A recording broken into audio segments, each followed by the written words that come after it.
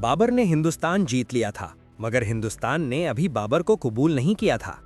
21 अप्रैल 1526 के बाद बाबर सिर्फ जंग जीतकर बादशाह नहीं बना था, उसके सामने एक और मुश्किल थी। हिंदुस्तान पर हुक्मरानी का फन सीखना। बाबर सेंट्रल एशिया का शहजादा था। वहाँ का निज़ाम, वहाँ के लोग और वहाँ की जिंदगी सब कुछ हिंदुस्तान से बिल्कुल मुख्तलिफ था। दिल्ली और आगरा बाबर के कब्जे में आ चुके थे, मगर राजपूत सरदार उसे गैर समझते थे। अफगान सरदार बदले की तलाश में थे और बाबर की अपनी फौज भी थकी हुई थी।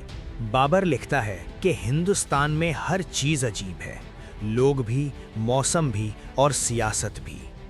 बाबर को सबसे बड़ा खतरा राजपूताना से था।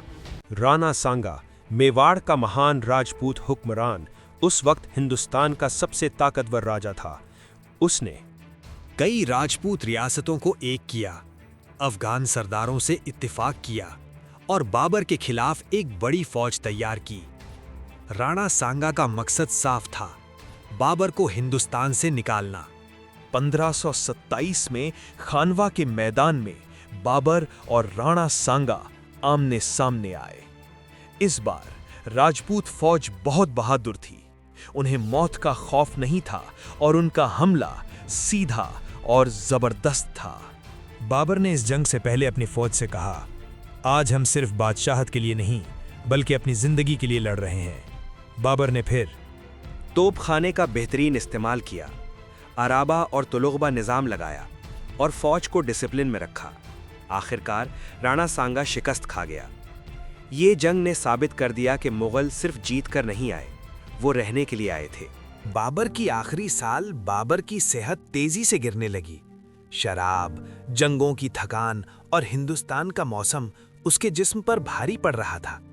1530 में बाबर सख्त बीमार हो गया। रिवायत के मुताबिक जब उसका बेटा हुमायूं बीमार पड़ा, बाबर ने दुआ की, या अल्लाह, अगर किसी की जान लेनी हो मेरी ले ले। कुछ अरसे बाद हुमायूं ठीक हो गया और बाबर का इंतकाल हो गया। बाबर ने वसीयत की थी कि मुझे हिंदुस्तान की ज़मीन में दफन ना करना।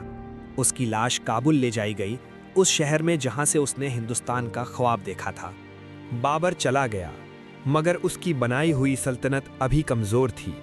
अब सवाल ये था, क्या हुमायूं इस सल्तनत को संभाल पाएगा या मुगल ख्वाब यहीं टूट जाएगा?